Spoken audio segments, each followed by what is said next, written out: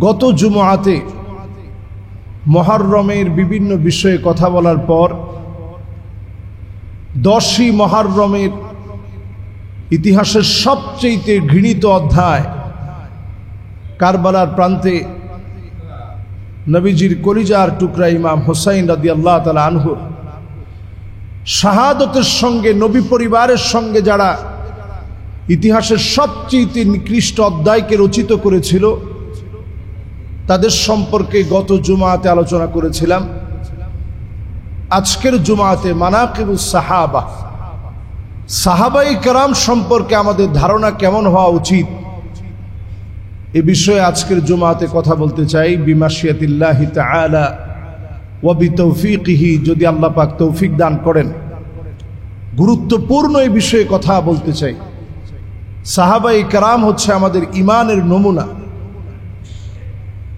সাহাবায়ে কেরাম আমাদের ইমানের কি? ইমানের নমুনা। আমরা আমাদের জীবনে আজকের এই দিন পর্যন্ত যে ইমান পেয়েছি, সাহাবায়ে কেরামের আত্মত্যাগ আর কোরবানির কারণে এই ইমান, এই দিন আমার হাত পর্যন্ত আল্লাহ পৌঁছায় দিয়েছে। আল্লাহু আকবার। বাদা আল ইসলামু গরীবান ওয়া সায়াউদু গরীবান তুবা লিল গুরাবা। ব্যতিক্রম কিছু মানুষকে দিয়ে আল্লাহ রাব্বুল আলামিন এই দিনের কার্যক্রমের সূচনা ঘটিয়েছিলেন।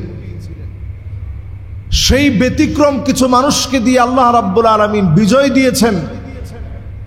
আবার যেদিন আমরা ব্যতিক্রম মানুষদের চরিত্রে নিজেদেরকে চরিত্রায়িত করব, নিজেদেরকে সাজানোর চেষ্টা করব সাহাবায়ে কেরামের চরিত্রে, তখন আল্লাহ তাআলা আমাদেরকে বিজয় দান করবেন। এর আগ পর্যন্ত আমরা শক্তিশালী হতে পারবো, আধুনিক হতে পারবো, ইহলৌকিক সভ্যতায় নিজেদেরকে সাজাতে পারবো।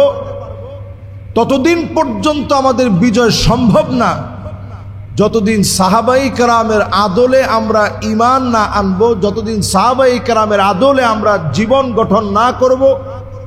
সাহাবায়ে কেরামকে যদি আমরা জীবন গঠনে অনুকরণীয় না বানাই, তাহলে ততদিন পর্যন্ত মুসলমানদের বিজয় সম্ভব না। সাহাবায়ে কেরাম কেমন ছিলেন? নবীজির সামনে এসে বলতেন, ফিদাকা আবি ওয়া উম্মি ইয়া রাসূলুল্লাহ। ওগো নবী, আপনার জন্য আমার মা বাপ কোরবান হয়ে যাক। রাসূল করিম সাল্লাল্লাহু আলাইহি সাল্লামের সামনে এসে বলতেন, ফিদাকা আবি ওয়া উম্মি ইয়া রাসূলুল্লাহ। নবী, আপনার জন্য আমার মা বাপ কোরবান হয়ে যাক। লা ইউমিনু আহাদুকুম হাত্তা আকুনা হাব্বা ইলাইহি মিন ওয়ালিদিহি ওয়া ওয়ালাদিহি ওয়ান নাস আজমাইন। ততক্ষণ পর্যন্ত আপনি নিজেরে নিজে ইমানদার বলতে পারবেন, কিন্তু ইমানের দাবিতে আপনি সত্যবাদী হবেন না যতক্ষণ আপনি নবী করিম সাল্লাল্লাহু আলাইহি ওয়াসাল্লামকে নিজের মা বাপের চাইতে, সন্তানের চাইতে, জীবনের চাইতে যদি নবীজিকে বেশি ভালোবাসতে না পারেন, ততক্ষণ পর্যন্ত আপনি ইমানদার হতে পারবেন। সাহাবায়ে কেরাম সবচেয়ে বেশি নবীজিকে বেশি ভালোবাসতেন। এত পরিমাণ নবীজিকে ভালোবাসতেন, আবু বকর রাদিয়াল্লাহু তাআলা আনহুকে নবীজি একদিন জিজ্ঞাসা করলেন, আবু বকর, তোমার কি ভাল লাগে? আমাদেরকে যদি প্রশ্ন করা হয় আপনার কি ভালো লাগে, আমরা আমাদের যার যার রুচি অনুযায়ী বলবো। আবু বকর রাদিয়াল্লাহু তাআলা আনহুকে নবীজি যখন জিজ্ঞাসা করলেন, আবু বকর, তোমার কি ভালো লাগে? আবু বকর এক বাক্যে উত্তর দিলেন, নবী, আপনার দিকে তাকায় থাকি, এটাই আমার ভালো লাগে। সুবহানাল্লাহ। আল্লাহু আকবার। চিন্তা করেন কি পরিমাণ নবী প্রেম আবু বকর রাদিয়াল্লাহু তাআলা আনহুর হৃদয়ের মধ্যে ছিল। কি ভালো লাগে? নবী, আপনার দিকে তাকায় থাকি, এটা আমার ভালো লাগে। সারাক্ষণ নবীজির চেহারার দিকে তাকায় থাকতে, এবং এই তাকায় থাকা আল্লাহর কাছে এত পছন্দ হয়ে গেছে, ঈমান আনার পর থেকে আবু বকর আল্লাহর নবীর দিকে এমন ভাবে তাকায় থাকতেন। কাবার চত্বরে একদিন নবীজি নামাজ পড়তেছেন, বুড়ি নবীজির উপরে চাপায় দিস। বুড়ি চাপায় দেওয়ার পর একটু চিন্তা করেন, এখন আমরা যখন কোরবানির সময় যাবে করি, বুড়ির দুর্গন্ধে আমাদের কত কষ্ট হয়, আর পেয়ারা নবীজির মুবারক গর্দানের উপরে বুড়ি চাপাই দিস, দমটা বন্ধ হয়ে যাচ্ছে। ওই অবস্থায় কাফেররা নবীজিকে ধরে উঁচা করে ফেললেন। ওইখানে দাঁড়ায় আছে আবু বকর রাদিয়াল্লাহু তাআলা আনহু, পাশেই দাঁড়িয়ে আছেন আলী রাদিয়াল্লাহু তাআলা আনহু। ইসলামের প্রথম যুগের ঘটনা। আলী রাদিয়াল্লাহু তাআলা আনহু ছোট্ট মানুষ, এত বড় বড় কাফেরদের সামনে নবীজির জন্য কি করবেন তিনি বুঝে উঠতে পারতেছিলেন না। সেই মুহূর্তে তিনি নজর করে দেখেন হযরতে আবু বকর একটা মুহূর্ত দেরি করে নাই, নিজের জীবনের কথা চিন্তা করে নাই। কাফেরদের কাছ থেকে নবীজিকে সু মেরে তিনি ছিনিয়ে নিলেন। আবু বকর রাদিয়াল্লাহু তাআলা আনহুকে কাবার যেই চত্বরে আমরা তাওয়াফ করি, এই জায়গায় শুধু আঘাত করছে ওনার চোখের ভিতরে, দুইটা চোখ দিয়ে গড়ায় গড়ায় শুধু রক্ত পড়ছে। আবু বকর রাদিয়াল্লাহু তাআলা আনহু অজ্ঞান হয়ে গেছেন।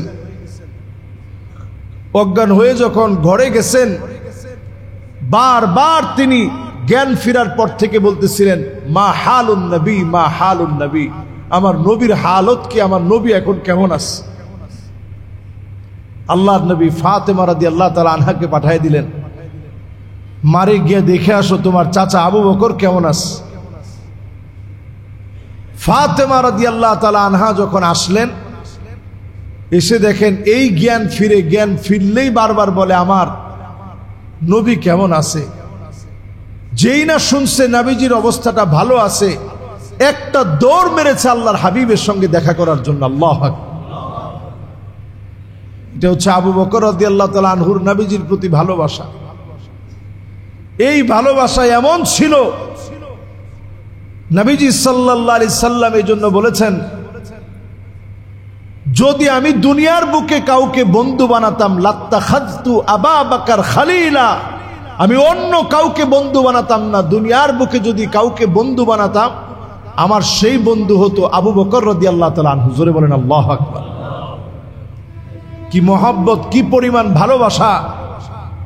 নবী করিম সাল্লাল্লাহু আলাইহি ওয়াসাল্লামকে আবু বকর ভালোবেসেছেন। কত পরিমাণ ভালোবাসা থাকলে নবীজি এটা বলতে পারেন যে কাউকে যদি আমি ভালোবাসতাম তাহলে সে হতো আমার আবু বকর, কাউকে যদি আমি বন্ধু বানাতাম তাহলে সেই বন্ধু হতো আবু বকর। এই জন্য আবু বকর রাদিয়াল্লাহু তাআলা আনহুর উপরে যদি আপনি কোনো বদ ধারণা রাখেন, আপনি যত বড় নামাজি হন, যত বড় পরহেজগার হন, ইমানের নমুনায় আপনি ফেইল, আপনি সত্যিকারের ইমানদার হতে পারেন নাই। আপনি যদি ওমর রাদিয়াল্লাহু তাআলা আনহুর জীবনের দিকে দেখেন, ওমর রাদিয়াল্লাহু তাআলা আনহু কিরকম ছিলেন। নবীজি এত আদর করত, আল্লাহর হাবিব বলেন, ইন্নাল্লাহা জাআলাল হক বিলিসানি উমর ওয়া কলবিহি ওয়া হুয়াল ফারিকু বাইনাল বাতিল ওয়াল হক। আল্লাহ পাক এই জমিনের বুকে দ্বীনকে প্রতিষ্ঠা করেছেন হযরত ওমর ফারুক রাদিয়াল্লাহু তাআলা আনহুর সাহসিকতার মধ্য দিয়ে। ওয়া হুয়াল ফারিকু বাইনাল বাতিল ওয়াল হক। হযরত ওমর ছিলেন সত্য আর মিথ্যার ভিতরে পার্থক্য সৃষ্টিকারী একজন সাহাবী। জোরে বলেন আল্লাহু আকবার। নবীজি একদিন বের হয়েছেন রাস্তার ভিতরে, বের হয়ে আল্লাহর নবী মুহাম্মদ সাল্লাল্লাহু আলাইহি ওয়াসাল্লাম আবু বকরকে পেলেন। আবু বকর রাদিয়াল্লাহু তাআলা আনহুকে পেলেন, দুইজন মিলে যাচ্ছেন। দেখতেছেন কালো একজন নিগ্রো মহিলা দব বাজাচ্ছে। দব হচ্ছে ডোলের মাঝখান দিয়ে কেটে দিলে এক পাশ খালি, এক পাশ পিটানোর জন্য চামড়াস। এটার সাউন্ডটা এত বেশি তীর্যক হয় না। এ দব বাজাচ্ছে, নবীজি দেখে পাশ দিয়ে চলে যাচ্ছেন। আবু বকর রাদিয়াল্লাহু তাআলা আনহু চলে যাচ্ছেন। হযরতে ওমর রাদিয়াল্লাহু তাআলা আনহু আসতেছেন, যেটা আল্লাহ রাসূল দেখে নাই, আবু বকর দেখেন নাই। হঠাৎ করে সব আওয়াজ বন্ধ হয়ে গেছে। তো নবীজি খুব অবাক হইলেন, কিরে আমরা পাশ দিয়ে আসলাম, আওয়াজ তো বন্ধ করে নাই, এখন হঠাৎ করে বন্ধ করলো কেন? পিছনে ফিরে তাকায় দেখে নবীজির আরেক সঙ্গী হযরত ওমর চলে আসছে। সুবহানাল্লাহ। মানাকিবুস সাহাবা, সাহাবায়ে কেরাম রিদওয়ানুল্লাহি আলাইহিম আজমাইন ইসলামের জন্য, দ্বীনের জন্য যে আত্মত্যাগ আর কোরবানি দিয়েছেন। মুদ্দা উহুদিন যাহাবা, আপনি আমি যদি উহুদ পরিমাণ স্বর্ণ দান করি, সাহাবায়ে কেরাম এক মুঠ যে খাদ্য দান করেছেন, খেজুর দান করেছেন, কশ্চিন কালেও আমার পাহাড় পরিমাণ স্বর্ণ দান সাহাবায়ে কেরামের এক মুঠ খাবার দানের সমান হবে না। আল্লাহু আকবার। এত কষ্ট, এত শ্রম, এত দান, এত মেহনত সাহাবায়ে কেরাম দ্বীনের জন্য দিয়েছেন। এই জন্য নবীর হাদিস, লা তাসুব্বু আসহাবি, খবরদার আমার সাহাবীদেরকে গালি দিও না, খবরদার আমার সাহাবীদেরকে গালি দিও না। আমরা বাংলাদেশে এখন এমনও লোক দেখি ইয়াজিদের নিকৃষ্টতা বর্ণনা করতে গিয়ে মুয়াবিয়া রাদিয়াল্লাহু তাআলা আনহুর সমালোচনা করে। বলেন, ইয়াজিদের নিকৃষ্টতা বর্ণনা করতে গিয়ে মুয়াবিয়া রাদিয়াল্লাহু তাআলা আনহুর সমালোচনা করে। মুয়াবিয়া রাদিয়াল্লাহু তাআলা আনহু ছিলেন একজন সাহাবী, শুধু সাহাবী নন, কাতেবে ওহী, শুধু কাতেবে ওহী নন, এমন সাহাবী ছিলেন তিনি, নবীজি যার জন্য দোয়া করলেন, আল্লাহুম্মা আল্লিমহুল ইলমা ওয়াল হিকমা ওয়াল হিসাবা ওয়াকিহিল আযাব। আল্লাহ তুমি আমার মুয়াবিয়াকে ইলম দান করো, জ্ঞান দান করো, হিকমা দান করো, প্রজ্ঞা দান করো, জাহান্নামের আগুন থেকে আল্লাহ তুমি মুক্তি দান করো। নবীজি সাল্লাল্লাহু আলাইহি সাল্লাম মুয়াবিয়া রাদিয়াল্লাহু তাআলা আনহুর জন্য দোয়া করলেন। মুয়াবিয়া আল্লাহর কাছে এত দামি, মুয়াবিয়া আল্লাহর কাছে এত সম্মানী। এখন যদি ইয়াজিদের বিষয়ে আপনি মুয়াবিয়া রাদিয়াল্লাহু তাআলা আনহুকে গালি দেন, এটা ঈমানদারের কাজ না, এটা ঈমানদার মুমিনের কাজ নয়। আমি দেখলাম সেদিন একজন আলেম আলোচনা করতেছে, আলোচনার ভিতরে বলতেছে যে এই বংশটা একটু দেখেন, যেই আবু সুফিয়ান ইসলামের কত ক্ষতি করছে, তার সন্তান হচ্ছে মুয়াবিয়া। অপারেশন করলেও তো কাটা দাগের দাগটা থেকে যায়, অথচ ইসলাম আপনাকে এমন অপারেশন শিখিয়েছে, আল ইসলামু ইয়াহদিমু মা কানা ক্বাবলা, আগে যত গুনাহ করছেন, অন্যায় করছেন, ইসলাম গ্রহণ করার সঙ্গে সঙ্গে সব গুনাহগুলোকে যিনি মাফ করে দিবেন তিনি কে? আল্লাহ। এজন্য আপনি এখন আবু সুফিয়ান রাদিয়াল্লাহু তাআলা আনহু আরদাহুর কোনো বদনাম করতে পারবেন না। এজন্য আপনি মুআবিয়া রাদিয়াল্লাহু তাআলা আনহুর কোনো সমালোচনা করতে পারবেন না। এই জায়গাটা হচ্ছে ইসলামের একটা রেড জোন, লাল একটা জোন। এটি এখানে এসে যদি কেউ সমালোচনা করে, সে হয়তো কখনো শিয়া হয়ে যাবে, যদি সমালোচনা করে সে কট্টরপন্থী সুন্নি হবে।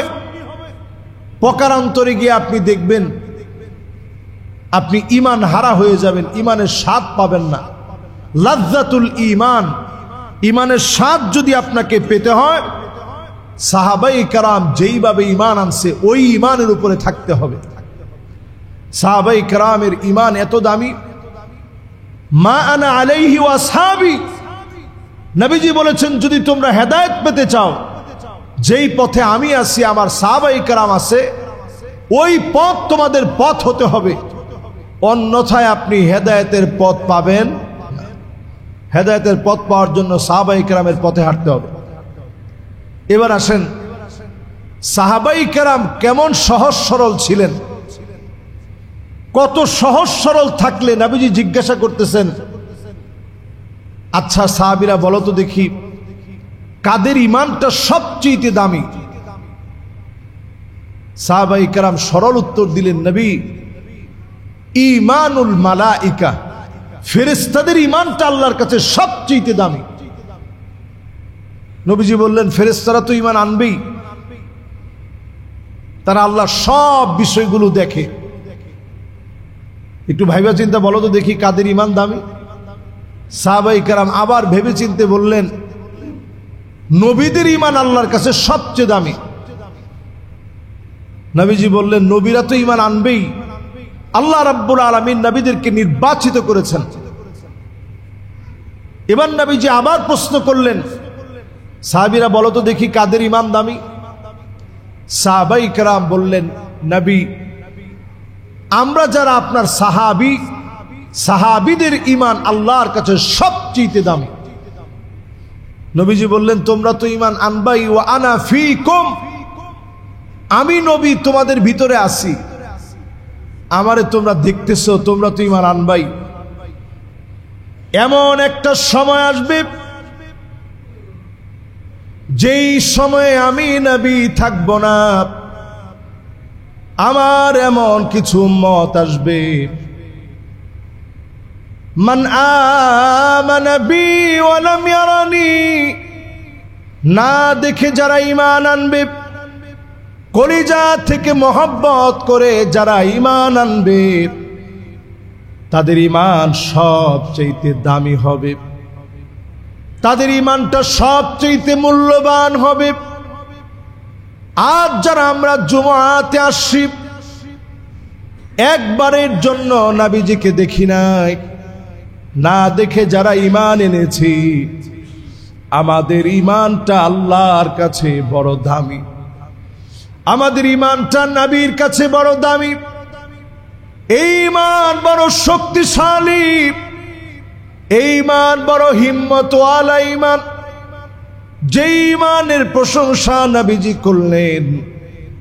আপনি যদি ঈমানের স্বাদ পেতে চান, আলাইকুম বিসুন্নতি, নবীজির সুন্নত মানা লাগবে, খুলাফায়ে রাশিদিনদের সুন্নত মানা লাগবে, ওয়াদ্দু আলাইহা বিন্নাওয়াজিস, যেই দাঁতকে মারির দাঁত বলে, সামনের দাঁত দিয়ে নবীজি বলেন নাই, মারির দাঁত দিয়ে সাহাবায়ে কেরামের আদর্শ মেনে নেওয়া লাগবে। এই জমিনে যদি দিনকে বিজয়ী করা লাগে, মুসলমানদেরকে যদি মাজলুম অবস্থা থেকে আবার যদি সুদিনের দিকে ফিরিয়ে আনতে হয়, আল্লাহ নবীর সাহাবীদের দিকে আসতে হবে। যেই সাহাবীদের বক্তব্য ছিল ফিদাকা বি ওয়া উম্মি, আপনার জন্য জীবন কোরবান হয়ে যাবে, সেই আদর্শের দিকে যদি আপনি আসেন, অবশ্যই যিনি ডেকে ডেকে বিজয় দিয়ে দিবেন তিনি কে? দিক দিগন্তে যেভাবে বিজয় আসছে, মুসলিম উম্মার বিজয় নিহিত হবে সেখানে, সাহাবায়ে কেরামের আদর্শ আছে যেখানে। আমাদের আখলাকের ভিতরে সাহাবায়ে কেরামের আখলাক নাই। সাহাবায়ে কেরাম ছিল নবী করিম সাল্লাল্লাহু আলাইহি সাল্লামের হুবহু অনুকরণীয় একদল আল্লাহর গোলাম, যারা নবীজিকে হুবহু অনুকরণ করছে। ইস্তিনজা করতে নবীজি যেই জায়গায় বসছেন, আব্দুল্লাহ বিন ওমর যখন যাচ্ছিলেন, উনার ইস্তিনজা ধরে নাই, কিন্তু উনি এই জায়গায় একটু বসছেন। উনারে প্রশ্ন করা হয়েছে, কি আপনি তো ইস্তিনজা করেন নাই, তাহলে বসলেন কেন? উনি বলছে, আমার নবী এই জায়গায় বসছে, এই জন্য আমি বসছি। আল্লাহু আকবার। চিন্তা করেন, অনুকরণ অনুসরণ কারে বলে? আমি আপনি নিজেকে মুসলিম বলে মনে করি, আমরা গর্ব করি যে আমরা মুসলমান। 95% মুসলমানের এই দেশে আসলে কি আমি মুসলিম হতে পারছি কিনা? এই যে নতুন একটা বৎসর পেলাম, মুহররম দিয়ে শুরু করলাম, একটু হিসাব মিলান, আমি আপনি মুসলমান হতে পারছি কিনা? নবীর উম্মত দাবি করি, মানুষকে আমরা ধোঁকা দেই, বোকা বানাই, এরকম লোকজনের সংখ্যা মুসলমানদের ভিতরে কম না বেশি? মান গশানা ফালাইসা মিন্না, যেই ব্যক্তি ধোঁকা দিবে সেই লোকটা সব হতে পারে, নবীর উম্মত হতে পারে না। ধোঁকাবাজ নবীর উম্মত হতে পারে না। নবীর উম্মত কাউকে ধোঁকা দিবে না। আল্লাহর নবীর সাহাবীরা সামান্য খেয়ে পরে জীবন পার করে দিয়েছে, সবুর করেছে অনেক। একদিন আল্লাহর হাবিব বের হলেন কাইলুলা করার সময়। কাইলুলা মানে দুপুর কেন্দ্রিক সামান্য খাওয়ার পরে ঘুম। এই সময়ে যখন বের হয়েছেন, আল্লাহর নবী নজর করে দেখতেছে হযরতে আবু বকর আর ওমর দাঁড়ায় আছে। ক্ষুধার ছাপটা চেহারার ভিতরে বোঝা যাচ্ছে। নবীজি বুঝতে বাকি নাই, আবু বকরের বড় ক্ষুধা লেগে গেছে, ওমরের বড় ক্ষুধা লেগে গেছে। আল্লাহর নবী আদর করে তারপরেও বললেন, তোমাদের কি ক্ষুধা লাগছে? বললেন, ইয়া রাসূলুল্লাহ, ক্ষুধার এত কষ্ট, এত যন্ত্রণা, ঘুম আসতেছিল না, এই জন্য বের হয়ে আসছি। আল্লাহর নবী বললেন, আমারও বড় ক্ষুধা লেগেছে। নবীজি একজন সাহাবীর বাড়িতে গিয়ে হাজির হলেন, আনসারী সাহাবী। সেই সাহাবীর বাড়িতে নবীজি যখন গেলেন, সাহাবী গিয়েছিল একটু পানি আনার জন্য। ভিতর থেকে সাহাবীর স্ত্রী যখন দেখলেন জগতের তিনজন বিখ্যাত মানুষ চলে আসছে, নবীজির সঙ্গে মেহমান হয়েছে আবু বকর ওমর রাদিয়াল্লাহু তাআলা আনহুমা, ডাক দিয়ে তিনি বললেন, মারহাবান মারহাবা, আপনাদের মতো মেহমানকে সুস্বাগতম। নবী করিম সাল্লাল্লাহু আলাইহি ওয়াসাল্লাম ঘরে গিয়ে জিজ্ঞাসা করলেন, আমার সাহাবী কোথায়? ওগো নবীজি একটু পানি আনতে গেছে। এবার সাহাবী পানি এনে দেখে আল্লাহর নবী আবু বকর ওমরকে নিয়ে হাজির হয়ে গেছে। সাহাবী আল্লাহর নবীকে দেখে অবাক হয়ে গেছে, কি রেখে নবীকে কি খাওয়াবে? মিষ্টি পানীয় সামনে দিয়ে খেজুরগুলো দিয়ে দিল। খেজুরগুলো দিয়ে দেওয়ার পরে আল্লাহর নবী আবু বকর ওমরকে নিয়ে একটা একটা করে খেজুর খাচ্ছে। সাহাবী ওই দিক দিয়ে বকরি জবাই দেওয়ার জন্য যাচ্ছে। আল্লাহর নবী বলতেছে, আবু বকর ওমর শোনো, যে কয়টা খেজুর খেয়েছ সবগুলার জবাব আল্লাহর কাছে দেওয়া লাগবে। লা তুসআলুন্না ইয়াউমাইযিন আনিন নাঈম, এই নিয়ামতের জবাব দেওয়া লাগবে। চিন্তা করেন, কয়েকটা খেজুর খেলে যদি জবাব দেওয়া লাগে, আজকের এই সুখের দুনিয়ায় ইহলৌকিক সভ্যতার এই সময়ে পরলৌকিক জীবনকে যখন ভুলে গিয়েছি, পরলৌকিক জীবনকে যখন ভুলে গিয়েছি, ইহলৌকিক সভ্যতা যখন হারিয়ে দিয়েছে, পরলৌকিক সভ্যতাকে যখন আমরা বিদায় জানিয়ে ফেলেছি, এত পরিমাণ নিয়ামতের পাই টু পাই যার কাছে জবাব দেওয়া লাগবে তিনি কে? আল্লাহর সামনে দাঁড়ায় সেদিন জবাব দেওয়া লাগবে। এই জন্য সাহাবাই কেরামের আদলে, সাহাবাই কেরামের আদর্শে জীবনটাকে গড়ার চেষ্টা করেন।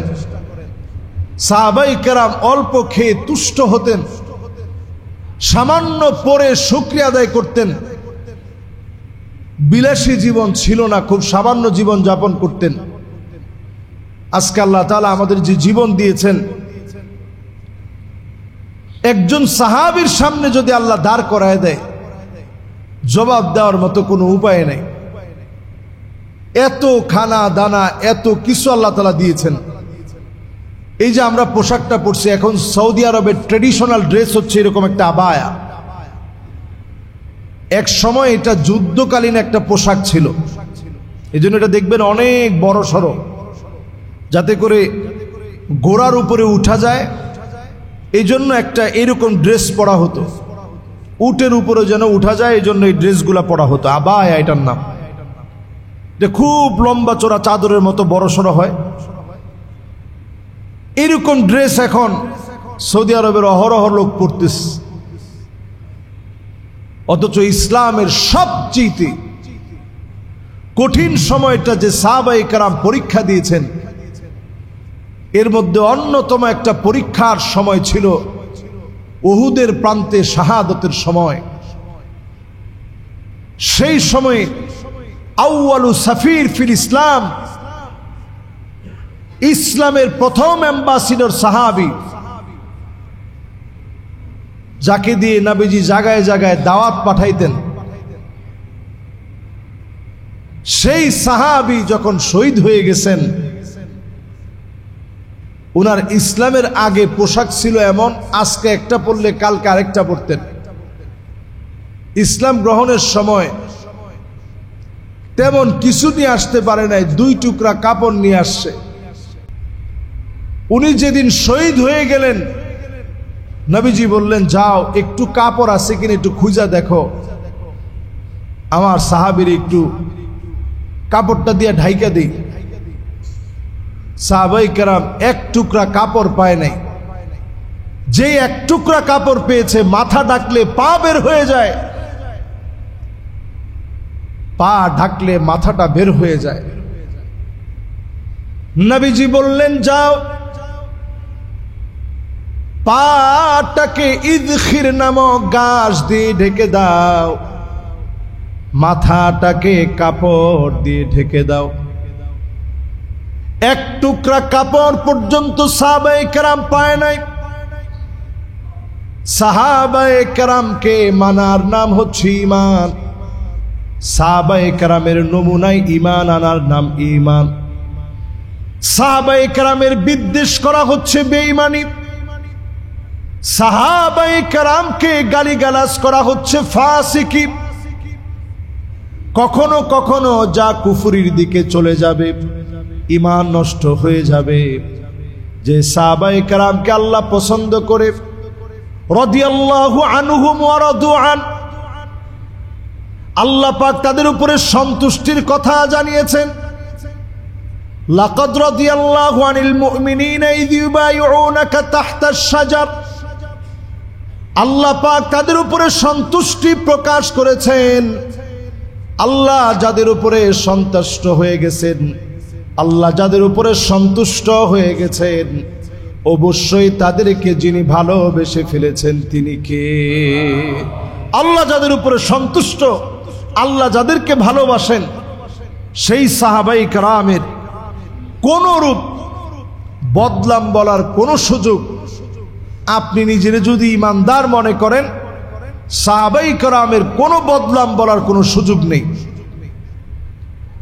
আবার প্রকারান্তরে ইয়াজিদের মতো দুষ্ট চরিত্রের কোন ব্যক্তির প্রশংসা করারও কোনো সুযোগ নেই। গত জুমাতে আমি আলোচনায় ইয়াজিদের বিষয় বলেছিলাম।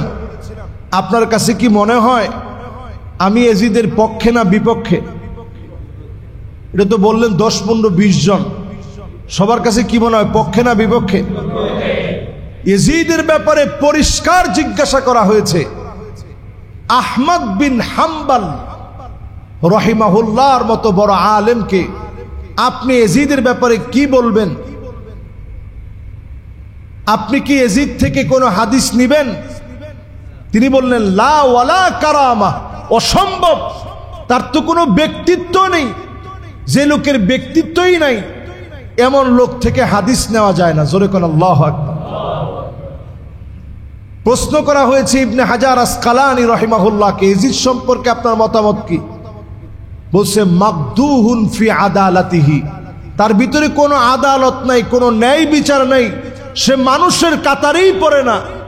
এইরকম ইয়াজিদের প্রশংসা করার কোনো সুযোগ নেই। প্রশ্ন করা হয়েছে ইবনে তাইমিয়া রাহিমাহুল্লাহকে, আপনার কি মতামত? তিনি বলছে, লা নাসুব্বুহু ওয়ালা নুহিব্বুহু, এইরকম মানুষকে ভালোবাসা যায় না, তবে খুব বেশি গালিগালাজ করা দরকার নেই। এটা হচ্ছে ওনার বক্তব্য। এরকম অসংখ্য আলেম প্রত্যেকে ইয়াজিদকে ঘৃণা ভরে প্রত্যাখ্যান করেছে। ইতিহাসের নিকৃষ্ট ব্যক্তিদের একজন হচ্ছে ইয়াজিদ। নবী পরিবারের 1-2 জন না, কলিজার টুকরাকে শহীদ করে দিয়েছে, 72 জনকে শহীদ করে দিয়েছে। শুধু শহীদ করেই ক্ষান্ত হয় নাই, ইয়াজিদের সেই বাহিনী উবাইদুল্লাহ বিন জিয়াদের নেতৃত্বে হাউজা সহ, নুসাইর পুত্র মালিক সহ, শিমার সহ, আব্দুল্লাহ বিন মারসাদ সহ এই লোকগুলো ইতিহাসের সবচেয়ে নিকৃষ্ট লোক।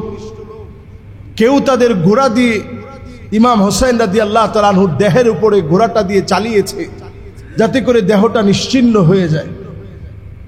কেউ বর্ষা দিয়ে হোসেন রাদিয়াল্লাহু তাআলা আনহুর মুবারক দেহের মধ্যে আঘাত করেছে। কেউ হোসেন রাদিয়াল্লাহু তাআলা আনহুর পাশ দিয়ে যাওয়ার সময় বলেছে নুসাইর পুত্র মালিক পাপিষ্ট পানি দেয়নি। কেউ যাওয়ার সময় হোসেন রাদিয়াল্লাহু তাআলা আনহুকে বলেছে জাহান্নামের শুভ সংবাদ লও। হোসেন রাদিয়াল্লাহু তাআলা আনহু বলেছেন কাল্লা ইন্নী আকদিমু ইলা রাব্বির রহিম শাফিইন মুতা, কোশ্চিন কালেও নয়, আমি আল্লাহ পাকের দিকে যাচ্ছি, নানাজির সঙ্গে আমার সাক্ষাৎ হবে। বলেন আল্লাহু আকবার। এই পরিবারের সাথে যারা বিদ্বেষ করবে তারাও ঈমানের দাবি করতে পারে না। শুধু তাই না, যখন মুবারক মাথাটা নিয়ে যাওয়া হয়েছে, যেই চেহারার ভিতরে নবীজি কত চুমা দিছেন, ধুলায় যখন মলিন হয়ে থাকতো নবীজি বুকে টেনে নিতেন আদর করে। নবীজি আদর করতেন, মহব্বত করতেন, ভালোবাসতেন। নবীজি নাকের ভিতরে চুমা দিয়েছেন, চোখের ভিতরে চুমা দিয়েছেন, কপালে চুমা দিয়েছেন, ঠোঁটের ভিতরে আদর করে চুমু দিয়েছেন। এই নাকের ভিতরে যখন কাঠি দিয়ে যখন আঘাত করা হচ্ছিল, সেখানে একজন সাহাবী উপস্থিত ছিলেন, আবু বারজাহ আসলামী রাদিয়াল্লাহু তাআলা আনহু ওয়া আরদাহু। তিনি তৎক্ষণাৎ চিৎকার দিয়ে বললেন ইরফা কাদিবাক, তোমরা তোমাদের কাঠিটা উঠায় ফেলো। ওয়াল্লাহি রুব্বামা রাআইতু রাসূলুল্লাহি সাল্লাল্লাহু আলাইহি ওয়াসাল্লাম ওয়াদা ফীহি আলা ফীহি ইয়ালথুমুহু, আমি নিজের চোখে দেখেছি, আল্লাহর কসম, নবীজির দুইটা ঠোঁট ইমাম হোসেনের ঠোঁটের মধ্যে দিয়ে, নবীজির নাকটা ইমাম হোসেনের নাকের মধ্যে লাগিয়ে, ইমাম হোসেনের নাকের মধ্যে নবীজির ঠোঁটটা দিয়ে বহুবার চুমু দিয়েছে। এই নাকের মধ্যে তোমরা আঘাত করো না। আল্লাহু আকবার। এই মহব্বতের জায়গা, নবীজির কলিজার টুকরা ইমাম হোসেন রাদিয়াল্লাহু তাআলা আনহু, শাহাদতের সেই নির্মম ট্র্যাজেডি মুসলিম ইতিহাসকে শেখায় কখনো কখনো আপনি দুর্বল হলেও জীবন আপনার চলে যেতে পারে ইসলামের জন্য। এরপরে এই দুর্বলদেরকে যিনি বিজয় দান করবেন তিনি কে? সম্মানিত মুসল্লিয়ানে কেরাম, আজকের এই মুবারক মুতাবাররক সময় জুমআতে যারা আসছিলেন, মুহররমের বিভিন্ন বিষয়ে আজকে আপনাদেরকে কথা শুনিয়ে আমি বিনয়ের সঙ্গে আপনাদেরকে স্মরণ করিয়ে দিতে চাই, মুহররম আমাদের একটা চেতনার মাস। নিজেকে আমলি দিকে যেভাবে পরিশুদ্ধ করে আমলি দিকের পরিবর্তনের মধ্য দিয়ে ইমাম হোসেন রাদিয়াল্লাহু তাআলা আনহুর আত্মত্যাগ আর কোরবানির মধ্য দিয়ে আমাদেরকে শিখিয়ে দেয়, এই মুহররম হচ্ছে মুসলমানদের একটা চেতনার মাস।